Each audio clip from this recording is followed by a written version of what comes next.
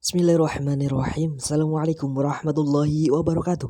Selamat pagi anak-anak. Balik lagi hari ini kita akan belajar IPA untuk kelas 9. Ayo perhatikan, ini adalah hasil praktikum ya. Hasil praktikum dari siswa kelas 9 SMP Queen Al-Falah. Coba di sini ada mas-masnya ya. Mas Zian sedang praktek yaitu membuat tape ketela. Wah. Nah, ini cara-caranya, prosesnya. Terus ini juga sama ya, membuat tape ya, ketela. Oke, terus ada lagi. Nah, ini juga ada Mbak siapa ini? Mbak Zahra apa ya? Nah, ini sedang membuat tempe. Nah, dia praktek buat tempe, ini hasil jadinya ya. Salah satu dari praktikum siswa ini juga. Ya, wah, tape. Sudah pinter semua ya. Di sini wah, ini si girang sekali ya, adiknya siapa ini? Ya. Wah, saking senengnya praktikum membuat tape. Ya, ini ya. Kemudian ada lagi nih, mbaknya sedang membuat yogurt. Wow. Ini ya, ini cara-caranya. Kemarin sebelum ke pondok mereka sudah praktikum. Ya, ini ada pembuatan tape juga. Nih, ini juga cara-caranya. Wah, ini ya. Bagus ini. Nah, ini ya pembuatan tape juga ya. Ini juga apa? Buat tape juga ya. Ya. Bagus ya. Ternyata anak-anak SMP Queen just bagus bisa. Hari ini berkaitan dengan materi yaitu bioteknologi. Nah, bioteknologi pada hari ini kita akan fokus bahas prinsip dasar bioteknologi dan penerapannya dan dampak negatif penerapan bioteknologi. Wah, segar sekali ya. Nah, ini pada kalau kalian bisa praktek pada hal bioteknologi yaitu fokus di pertanian. Ini ada konvensional, bioteknologi modern. Kemudian pertama mengenai prinsip dasar bioteknologi. Apa itu? Yaitu penerapan prinsip-prinsip biologi, biokimia, ilmu rekayasa, serta ilmu-ilmu lainnya dalam pengolahan bahan yang dimanfaatkan. Yang memanfaatkan apa saja, yaitu organisme untuk menghasilkan produk maupun jasa yang bermanfaat bagi manusia. Ada konvensional ya, masih sederhana jelas ya. Nah, relatif belum steril prosesnya sehingga hasilnya belum terjamin. Jumlah produk yang dihasilkan ya jelas kecil ya. Nah, kemudian biayanya jelas lebih murah karena konvensional. Kalau modern jelas ya, canggih alatnya. Dilakukan menggunakan teknik rekayasa genetika. Produk dilakukan dalam keadaan steril sehingga hasilnya berkualitas. Jumlahnya ya dihasilkan jelas dalam skala yang besar. Nah, karena itu biayanya mahal. Kemudian bertambahnya populasi manusia dapat membawa dampak negatif bagi kelangsungan hidup manusia itu sendiri. Dampak yang paling jelas adalah ketersediaan bahan pangan yang tidak mampu mencukupi kebutuhan manusia. Oleh karena itu, manusia terus berusaha meningkatkan produktivitasnya. Dengan menggunakan bioteknologi, diharapkan masalah kebutuhan pangan dapat diatasi. Bagaimana peran bioteknologi dalam meningkatkan produktivitas pangannya? Kita bahas. Nah, ini ya, sama pengertiannya tadi udah ya. Ini fungsinya juga ya, diperoleh untuk memanfaatkan organisme atau bahan yang diperoleh dari organisme agar menghasilkan produk yang bermanfaat. Ini ada biokimia, mikrobiologi, mikologi, fisiologi, genetika, molekuler biologi, dan kimia. Nah ini ada bioteknologi konvensional. Nah, pertama ada bidang pangan, ya jelas ya, yang kalian sudah praktek kemarin ya. Ini ada tempe, roti ya. Tape, pokoknya banyak. Kemudian untuk lingkungan itu ada penghasil energi, pengolahan limbah, ya, pemisah logam dari bijinya. Kemudian untuk kesehatan itu antibiotik dan vaksin konvensional. Adapun yang bioteknologi modern jelas ya. Nah, tadi yang konvensional sekarang udah modern. Ini pertanian ini. Nah, ini ya pada pertanian untuk pada tanaman, misal di sini ada jagung, kemudian yang tomat yang berkualitas ya. Peternakan itu bisa domba dengan gen faktor 8 gitu. Sapi perah dengan gen laktoferin ya, sapi tahan penyakit. Nah, tahan penyakit ya. Ada BST, telur ayam rendah kolesterol. Nah, itu pada peternakan, kesehatan, insulin, vaksin transgenik dan antibodi monoklonal ya. Pokoknya itu ya pada biotek. Ini juga hasil kemarin ya. Ini ada Mbak siapa ini? Mbak Nura atau siapa ini? Nah, sedang buat tape ya. Ini juga yogurt. Wow, senang ya kalau kita praktek. Ini juga mbaknya sedang praktek ya. Ini yogurt juga.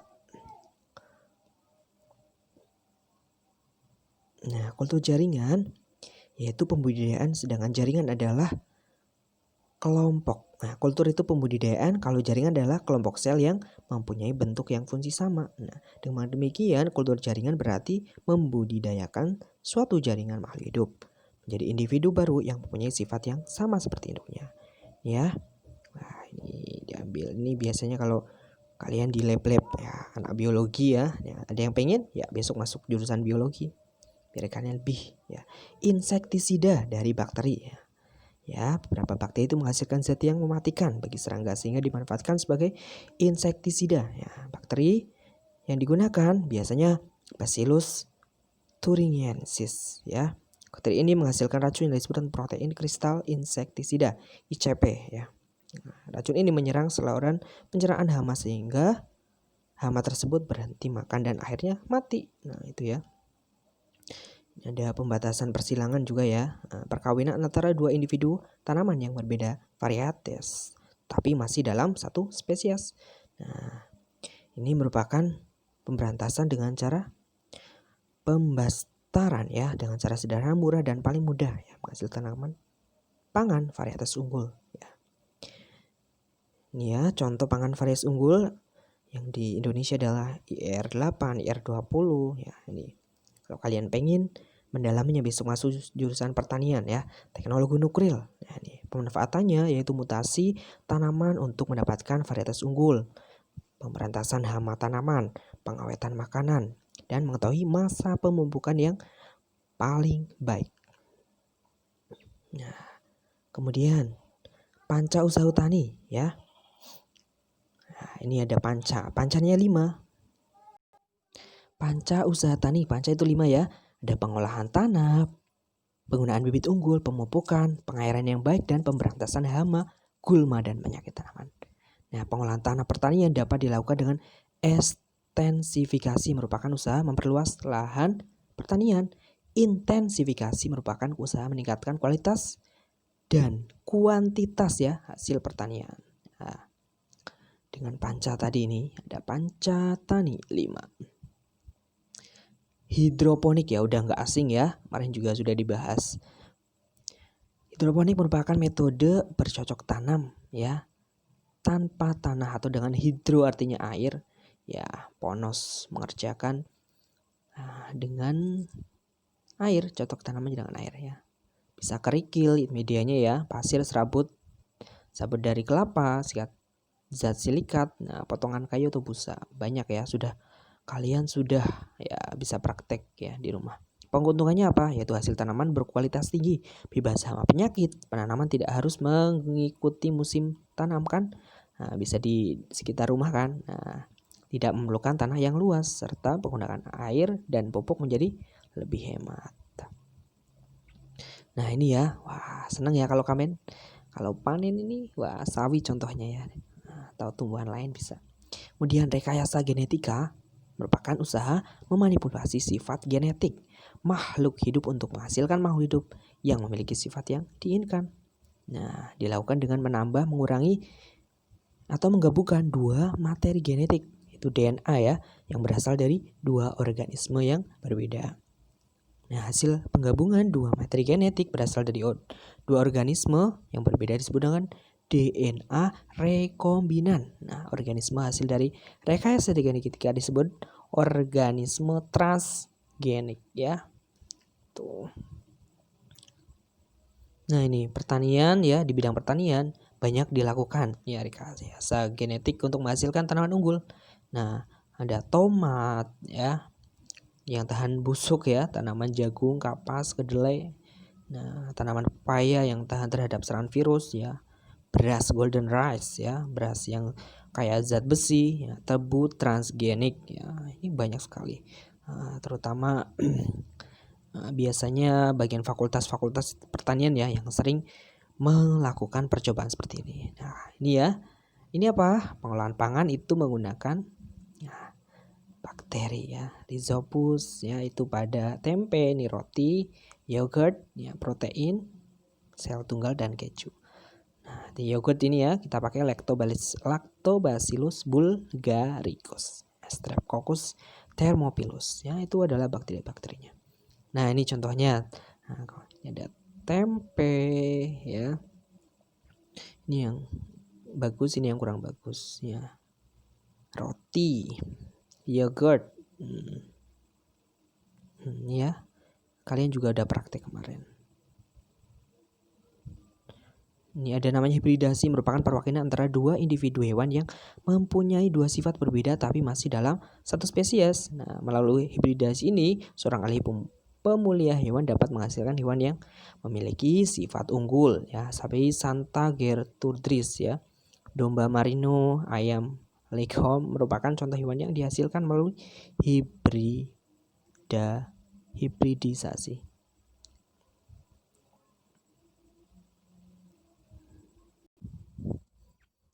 Nah, ada istilah namanya inseminasi buatan atau biasa kalian menyebutnya dengan kawin suntik ya, dengan bantuan manusia. Nah, prosesnya sperma dari hewan jantan unggul ditampung di dalam cawan Petri. Nah, kemudian dimasukkan ke dalam alat inseminasi buatan. Setelah itu alat inseminasi buatan itu dimasukkan ke dalam rahim hewan betina. Nah, disuntikan secara perlahan-lahan ya, agar ya diusahakan spermanya dari hewan yang unggul ya, dapat disimpan ya, sehingga akan memperoleh ya keturunan yang unggul juga. Itu ada lagi inseminasi rekayasa genetika. Contohnya adalah sapi perah disuntik dengan hormon pertumbuhan sapi tadi ya. Ikan salmon diberi gen hormon pertumbuhan dari spesies ikan lain, sehingga hanya dalam jangka waktu setahun pertumbuhannya dapat mencapai ukuran yang biasanya membutuhkan waktu 2-3 tahun ya, mempercepat biasanya. Ini ya rekayasa genetika. Nah, setelah itu ada dampaknya jelas ya. Ada negatif ya, di bidang lingkungan ya. Kontaminasi gen tanaman alami oleh tanaman transgenetik ya. Hilangnya plasma nutfah karena organisme lokal yang bukan organisme transgenik itu semakin tersingkir dan langka jelas. Munculnya hama baru ya, semakin kuat. Kemudian di bidang kesehatan yaitu memicu timbulnya penyakit ya. Seorang yang sensitif terhadap zat yang dihasilkan oleh organisme transgenik. Seorang menjadi resistan terhadap berbagai jenis antibiotik tertentu. Dan terakhir ini dampak di bidang sosial ekonomi ya, petani peternak tradisional kalah ya bersaing dengan petani dan peternak modern ya. Nah, dalam pemasaran hasil panen karena tidak mempunyai modal untuk mengembangkan produk transgenik. Oleh karena itu dapat menimbulkan kerugian besar bagi petani dan peternak tradisional apabila keadaan tersebut terus berlanjut. Sehingga dapat mengakibatkan kesenjangan perekonomian yang semakin besar. Selain itu dapat menimbulkan petani dan peternak tradisional kehilangan mata pencaharian ya. Ini hasil dari tradisional, ini golden rice ya. Wah, golden ya, emas. Nah, baik tadi itu mengenai materi bioteknologi. Betapa pentingnya ya. Nah, kita harus tahu, oh ternyata sekarang sudah mulai ya. Bagaimana biar punya tanaman unggul, kemudian hasil pengolahan kita juga lebih baik. Nah, makanya betapa pentingnya kita belajar bioteknologi. Terima kasih dari kami. Assalamualaikum warahmatullahi wabarakatuh.